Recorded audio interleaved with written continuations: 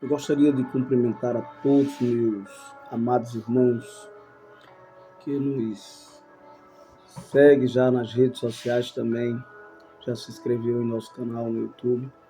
E todos aqueles que ainda não se inscreveram, quero os convidar para se inscrever em nosso canal, dê o seu like, dê a sua opinião, deixe a sua opinião, faça a sua pergunta ou a sua crítica construtiva nos comentários.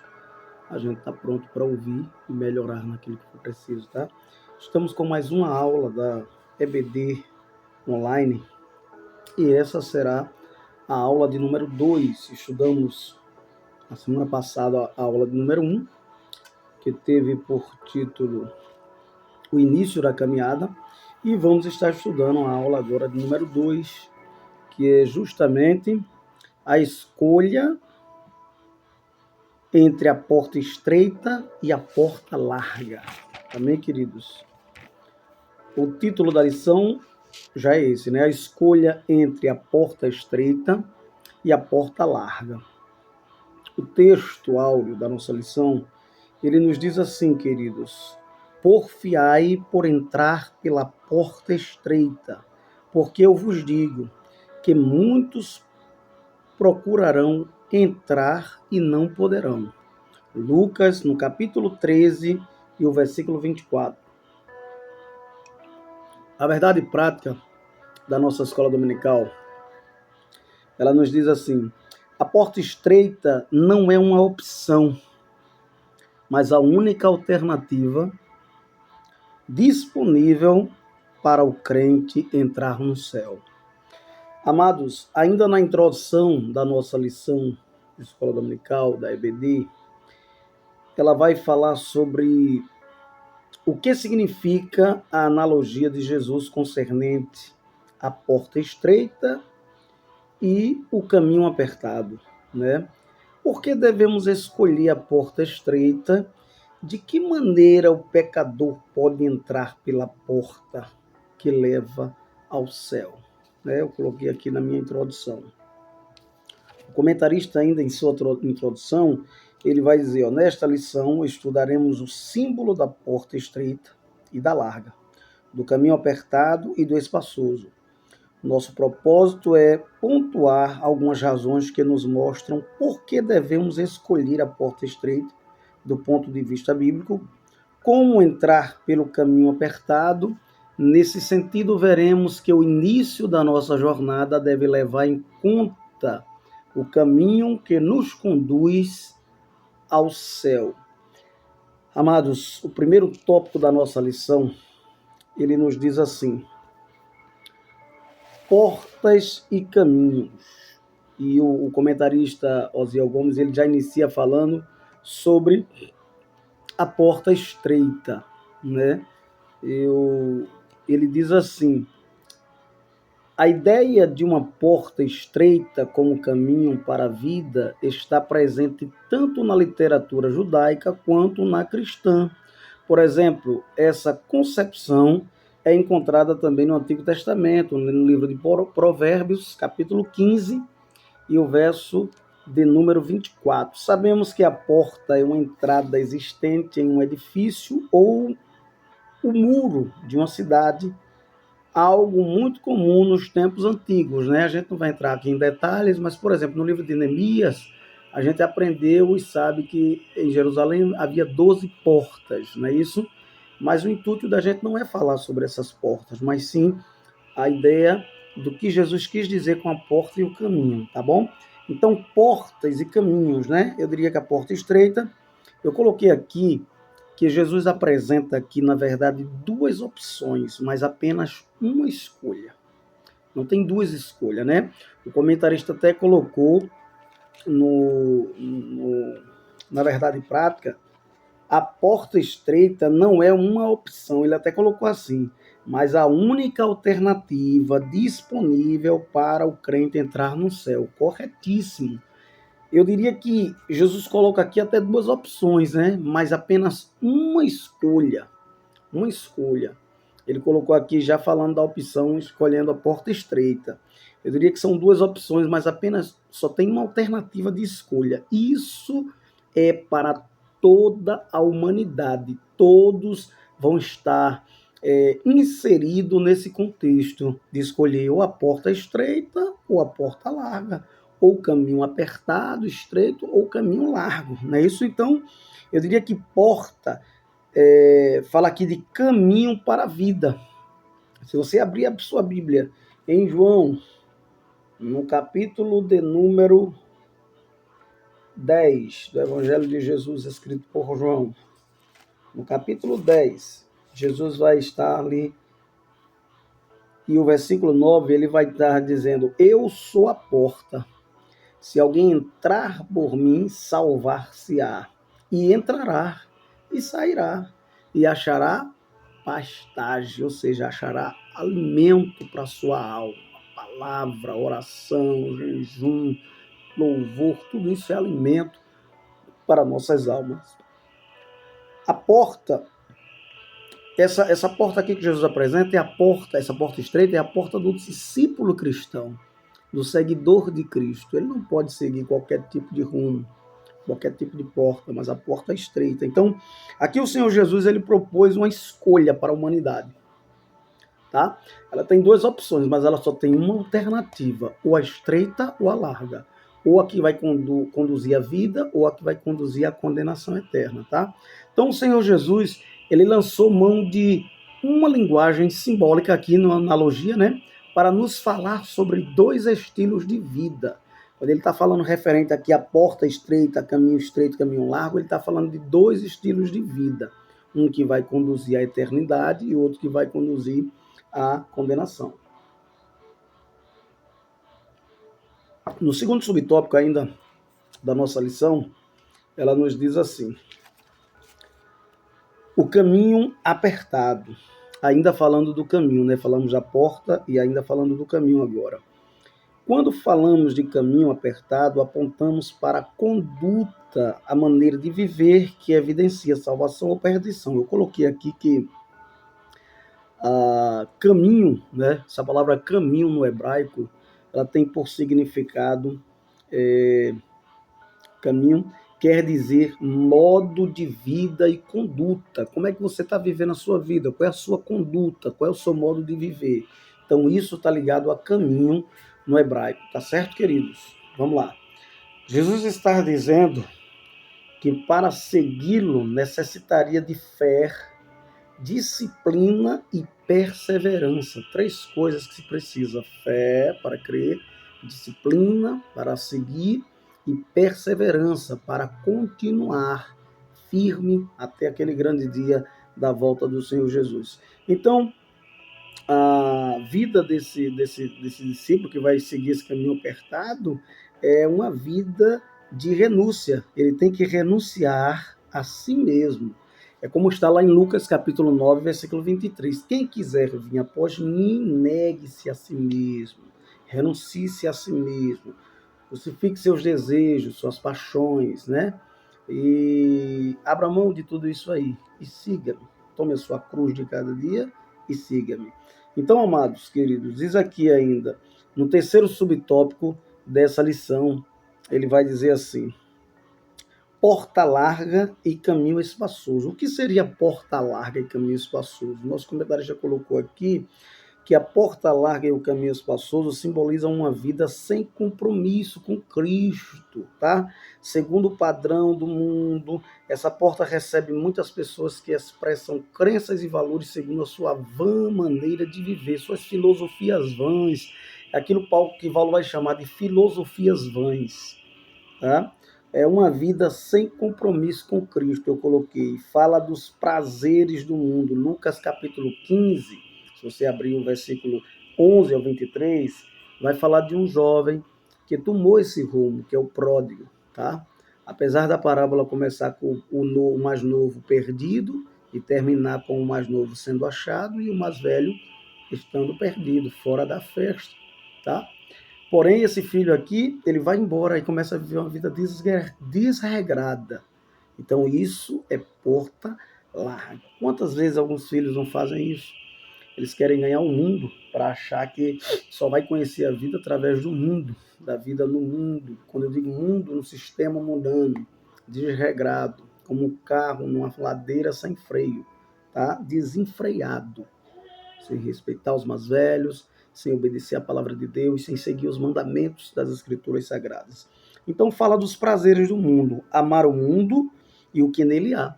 A Bíblia diz que quem ama o mundo, 1 João capítulo 2, versículo 15 e 17, e quem ama o mundo e o que nele há, o amor do Pai não está nele, e sim o amor do mundo, né? Dos prazeres do mundo.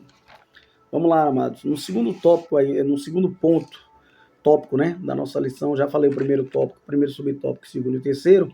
Vamos agora para o segundo tópico da nossa lição, que tem por título Por que entrar pela porta estreita? Ó, falamos que de portas e caminhos, né? A porta estreita, o caminho apertado, a porta larga, o caminho espaçoso.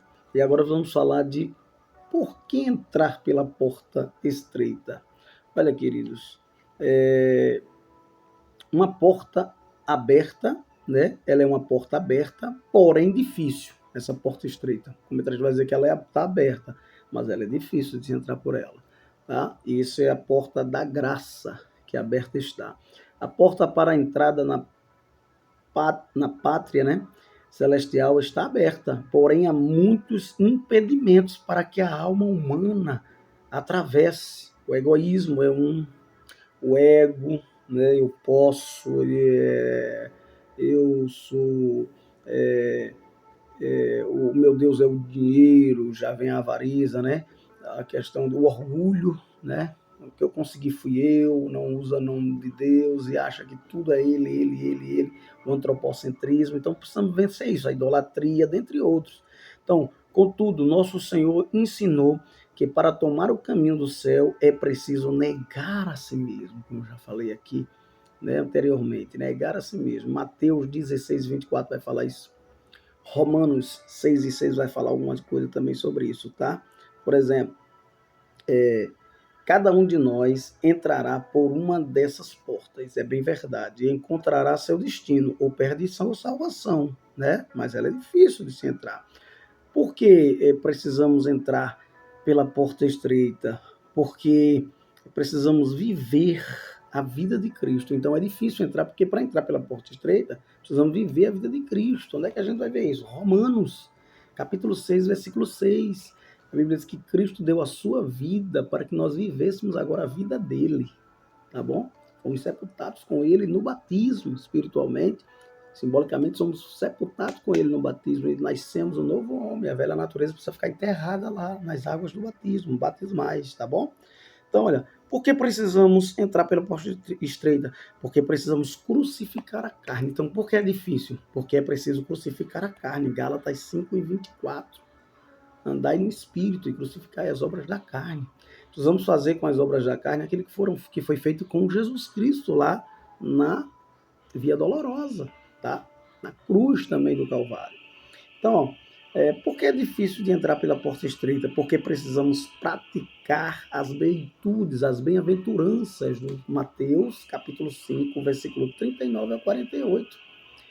Bem-aventurados que choram, porque serão consolados. Bem-aventurados misericordiosos, porque alcançarão misericórdia. Bem-aventurados aqueles que têm sede e fome de justiça, né? Porque verão a Deus. Bem-aventurados os que sofrem perseguições, calúnias por causa do meu nome, tá? Porque vai ter amparo do Senhor Jesus Cristo. Mas não é fácil, né? Não é fácil, tá bom? Mas também não é impossível, com a graça de Deus e a misericórdia do Espírito Santo. Segundo subtópico do segundo ponto, as oportunidades da porta larga. Vê, enquanto a gente vai ver que porque é difícil, né, porque entrar pela porta estreita é difícil, a gente vai ver que é uma porta que está aberta, porém é difícil, porque traz a questão da renúncia, traz a questão de andar uma vida de um espírito, não andar pela carne. Aí agora a gente vai ver as oportunidades da porta larga. São muitas, né, queridos? São muitas. As obras da carne é uma delas, que o apóstolo Paulo vai citar aqui em Gálatas 5, 18 ao 19, pelo menos 16 obras dessas da carne, tá bom? Gálatas, eu vou ler, porque fica melhor para a gente embasarmos a palavra de Deus aqui, né? A nossa linha de raciocínio e entendimento, mas a palavra é de Deus. Gálatas capítulo 5, versículo 18 ao 19, ele nos diz assim a palavra do Senhor. Digo, porém, andai em espírito e não cumprireis a concupiscência da carne. Aí o desejo desenfreado da carne. Porque a carne cobiça contra o espírito e o espírito contra a carne. E estes opõem-se um ao outro, para que não façais o que quereis. Mas sois guiados pelo espírito e não estáis debaixo da lei. Porque as obras da carne são manifestas, as quais são prostituição, impureza, lascívia, idolatria, feitiçaria, inimizade, porfias, emulações, iras, pelejas, dissensões, heresias, invejas, homicídios, bebedice, glutonaria e coisas semelhantes a estas, acerca das quais vos declaro, como já antes vos disse, que os que cometem tais coisas não herdarão o reino de Deus. Tá bom? Então, 16 citações dessa obra da carne, são muitas, então são muitas oportunidades para viver nessa porta larga. Ela oferece prazeres, deleites e libertinagem. A gente vai ver isso em João, 1 João capítulo 2, versículo 15, tá? E 16. Vamos ler, a gente citou aqui, mas eu gostaria de ler para a gente embasarmos a palavra. Tá? 1 João, no capítulo 2, do versículo 15. Não ameis o mundo, nem o que no mundo há. Se alguém amar o mundo, o amor do Pai não está nele.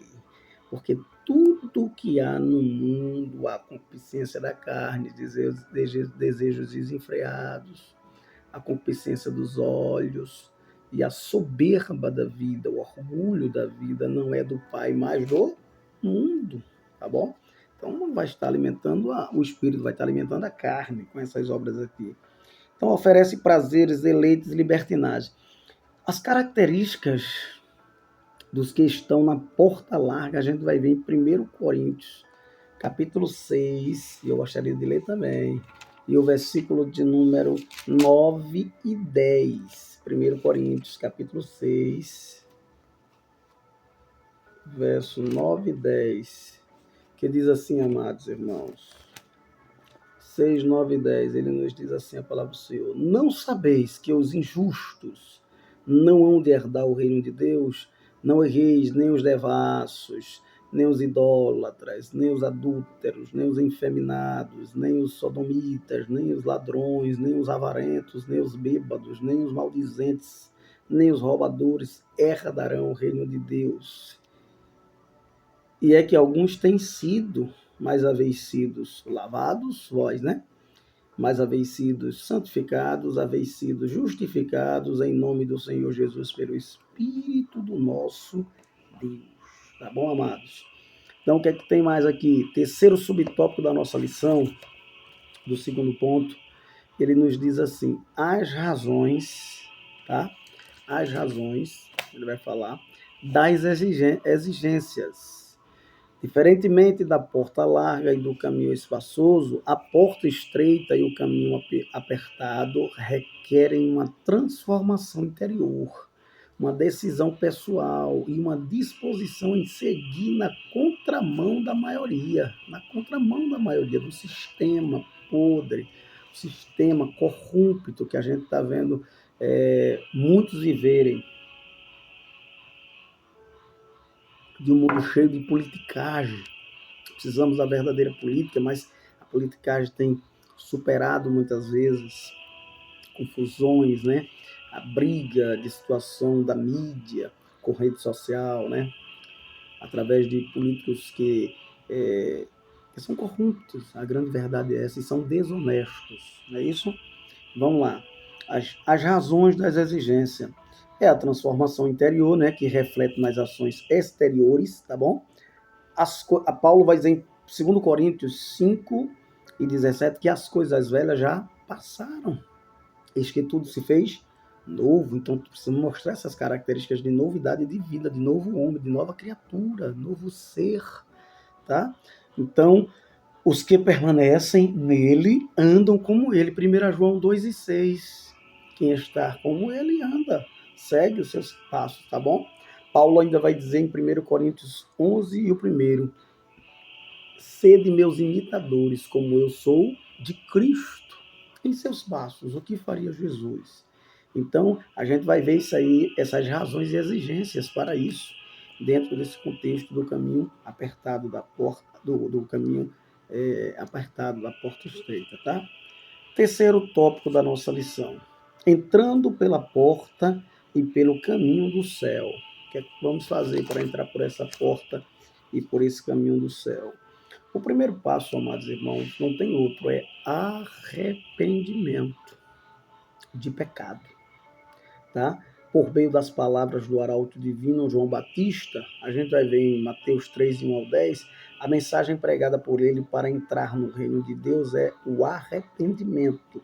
João é uma voz que ecoa entre a antiga e a nova aliança. A gente vai ver isso. Coloquei aqui, tá? A sua voz ecoa entre a antiga e a nova aliança, confirmando as palavras dos profetas do Antigo Testamento, como Isaías, capítulo 1, versículos 16 e 15, 55 e 7, e Jeremias, capítulo 7, versículo 3 ao 7. Tá bom? A palavra grega para arrependimento é uma palavra que diz assim, metanoe, tá? Metanoe, que significa mudar de opinião, mudar de pensamento. É aquela renovação do pensamento que Paulo fala de Romanos 12, o primeiro. Mudar de mentalidade, converter-se, arrepender-se, recuar de algo ou voltar atrás de algo, tá bom? Então, ó, a mensagem de Noé, por exemplo, Gênesis, a gente vai ver em Gênesis capítulo 6, 13, 9 e 29. A gente vai ver a mensagem de Noé, Noé pregou sobre o arrependimento. A gente vai ver Abacuque, pregou sobre o arrependimento, Abacuque 1, 1 ao 3. Sofonias, profetas do Antigo Testamento, pregou arrependimento, capítulo 2, versículo 8 ao 11. João Batista, arrependimento. Jesus, Mateus, capítulo de número 4, 17, pregou arrependimento. João, antes de Jesus veio, pregou arrependimento. Pedro, Atos 2, 38, pregou arrependimento. Então, é necessário esse arrependimento. O comentarista ainda vai colocar aqui, ó. Por essa razão, é importante ponderar que o arrependimento bíblico não é uma questão meramente emocional, tá? É mais uma disposição para mudar de ideia, tá bom? E um exercício que envolve o aspecto mental e moral do pecador, por meio da pregação da aceitação do Evangelho, mediante a ação regeneradora do Espírito Santo, o pecador renuncia ao pecado, reorienta a vida e firma uma resolução de deixar o caminho espaçoso para tomar o caminho que conduz para a vida eterna, que leva ao céu, mas é importantíssimo o arrependimento, tá? Não é o remorso, como teve Esaú, não é o remorso, como teve Judas, mas o arrependimento, como teve Davi, como teve Pedro e outros, tá bom? Segundo subtópico ainda do terceiro ponto, confissão de pecado. Primeiro passo, arrependimento. Segundo passo, confissão de pecado. O ministério de João Batista foi impactante, de modo que iam ter com ele toda a Judéia e a província do Jordão, Mateus 3 e 5.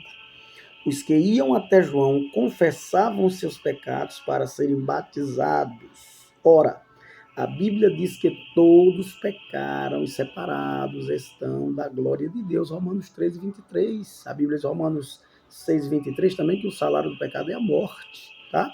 Sem que o homem reconheça que é pecador, jamais compreenderá que precisa de um salvador. Enquanto o camarada não entender que ele é um pecador, que ele é falho, ele não vai se arrepender, ele não vai confessar os seus pecados, tá? Sem que o homem reconheça, ele não vai. Nesse aspecto, a confissão pessoal dos pecados é uma perspectiva nova que aparece com o ministério de João Batista em Israel. Sabemos que na antiga aliança havia a festa do Yom Kippur, que era a festa do perdão, o dia do perdão, do arrependimento, tá? Mas agora João traz, ó, em Israel a confissão era nacional e se dava em um dia especial, como o dia da expiação, Números capítulo 5, versículo 7. Por meio do modelo de João, né, Houve uma mudança agora, tá? A confissão de pecados passou a fazer parte da tradição cristã. Desse modo, a pessoa confessa os seus pecados, tá? E afirma que crê em Deus poderoso e Salvador, tá certo? Aqui nessa questão ainda, todos os judeus e as províncias do Jordão vinham até João, e ali confessavam seus pecados, eram batizados nas águas, recebiam o batismo do arrependimento, né? Obviamente que depois que já estava arrependido, regenerado com Cristo, e aí vinha a sua profissão pública com o batismo nas águas. Então, no Antigo Testamento havia essa questão nacional, né? De se reunir e o sumo sacerdote ia oferecer por ele ali a festa de Yom Kippur, festa do dia do perdão. Através de João, a confissão de pecados passou a fazer parte da tradição cristã. A necessidade de confessar o pecado é fundamental. Romanos 10, 9 e 10. Aquele que confessa e deixa alcançará misericórdia. 1 João 1, 9. Se confessarmos os nossos pecados, ele é fiel e justo para nos perdoar os pecados, nos purificar de toda injustiça. Provérbio 28, 13. Manda confessar. Então, a escolha de confessar é sua. Você precisa confessar. Não é Deus que vai confessar por você, é você. Não é Deus que vai se arrepender por você, é você, tá? Tem que se arrepender, tem que confessar. Mas tem o terceiro passo. Depois que a gente se arrepende, depois que a gente confessa, agora a gente precisa produzir frutos de arrependimento, tá? Produzindo frutos de arrependimento, ou dignos, né, de arrependimento. Para João Batista, o batismo e a confissão somente não seriam as provas verdadeiras da mudança de vida. Era preciso apresentar frutos na vida, como a marca de um arrependimento sincero. Em Lucas, podemos contemplar frutos concretos que João Batista esperava de quem se arrependia: honestidade, misericórdia, respeito às autoridades, dentre outros. Eu coloquei aqui, ó, o arrependimento e a confissão são os primeiros passos. Os frutos são as marcas de um arrependimento sincero, honesto, digno. Frutos como honestidade, misericórdia, respeito às autoridades, entre outros. Lucas 3, 11 e 14. Mas eu coloquei também aqui, vivendo uma vida de frutificação. Como fazer para viver uma vida de frutificação? Vamos lá trabalhar a ideia da videira verdadeira. Jesus falando em João capítulo 15. Ele vai dizer que tem aqueles que não dão fruto, está no versículo 2, tá? Ele arranca. Tem os que dão fruto, ele poda para que dê mais frutos, e tem aqueles que dão muitos frutos, e até o vosso fruto permanece, que é o versículo 5 do capítulo 15 de João. Temos também o fruto digno de arrependimento quando é semeado em uma terra boa. A gente vai ver isso aonde, amados? Mateus, no capítulo número 13, que eu vou fazer a questão de ler, que a gente já vai estar encerrando já, e o versículo de número 23, tá? Mateus 13 e 23. Eu gosto de ler as escrituras. 13 e 23, que diz assim, amados: mas o que foi semeado em boa terra é o que ouve e compreende a palavra e dá frutos. Um vai produzir 100 frutos, outro vai produzir 60 frutos, outro vai produzir 30 frutos. Não importa, contanto que produza. A ideia é essa, não podemos deixar de produzir frutos, porque senão a Bíblia vai dizer que o Senhor vem da videira e corta, arranca e lança no fogo. Vamos ler ainda João capítulo 15, a gente já falou, mas eu vou ler aqui para a gente ficar bem embasado nessa palavra, tá? João 15, no versículo 1, Jesus compara ele, diferente da videira Israel, que não deu frutos bons, que deram falsos frutos, uvas verdes. Jesus dá o fruto verdadeiro, é a videira verdadeira que dá o verdadeiro fruto. Eu sou a videira verdadeira e meu pai é o lavrador. Toda vara em mim que não dá frutos, ou todo ramo, atira e limpa toda aquela que dá fruto para que dê mais frutos. Tem o que não dá, tem o que dá, é limpo para dar mais. Vós já estáis limpos pela palavra que vos tenho falado. Está em mim e eu em vós, como a vara de si mesma não pode dar frutos, e não, se não estiver na videira, assim também vós, se não estiverdes em mim. Eu sou a videira, vós os ramos. Quem está em mim e eu nele, este dá muito fruto, porque sem mim nada podeis fazer. Que Deus os abençoe, que Deus nos ajude, que você possa se arrepender, confessar e dar frutos, e frutos dignos de arrependimentos, frutos bons, frutos que permaneçam. Amém? Que Deus os abençoe em Cristo Jesus. Eu quero ler a conclusão. No momento que inicia sua jornada com Cristo, o cristão deve ter a consciência de que escolheu o caminho estreito e a porta apertada para trilhar, né, o caminho do céu. Isso significa que precisamos renunciar ao nosso eu, nossos pensamentos, desejos, para que Cristo apareça. Segundo Coríntios 5,17. Isso só é possível por meio de um verdadeiro arrependimento, confissão de pecados e a experiência de perdão em Cristo Jesus, e temos a nossa salvação em nome do Senhor Jesus. Queridos, que Deus abençoe, que Deus os ajude, que tenham uma boa aula domingo, que Deus possa lhe usar para os seus alunos. E deixe o seu aluno participar da aula, interaja ele, deixe que ele faça pergunta, responda as perguntas, para que fique uma aula bem envolvente, porque quando apenas o professor fala e os alunos não interagem, essa aula pode ser o melhor professor do mundo, essa aula não vai ser igual àquela que os alunos participam, interagem, perguntam, porque quem pergunta é porque quer aprender, tá bom? Então, que Deus os abençoe, que Deus os ajude, os guarde e os livre de todo mal. Pai, queremos te agradecer nessa noite por este momento, Pai. Continua com as tuas mãos de Deus sobre cada um dos teus filhos que ouviram este vídeo, que cada um possa também, Senhor, participar conosco dessa mensagem, se inscrevendo em nosso canal e sendo abençoado e abençoando vidas em nome de Jesus. Portanto, é que eu diminua e que ele cresça. E lembre-se, só entre algum recinto se Cristo entrar com você, e só converse algo se ele puder participar. Que a graça do nosso Senhor Jesus Cristo, o amor de Deus e a comunhão do Espírito Santo permaneça com todos hoje e sempre. Amém. Deus te abençoe, meu querido, em Cristo Jesus.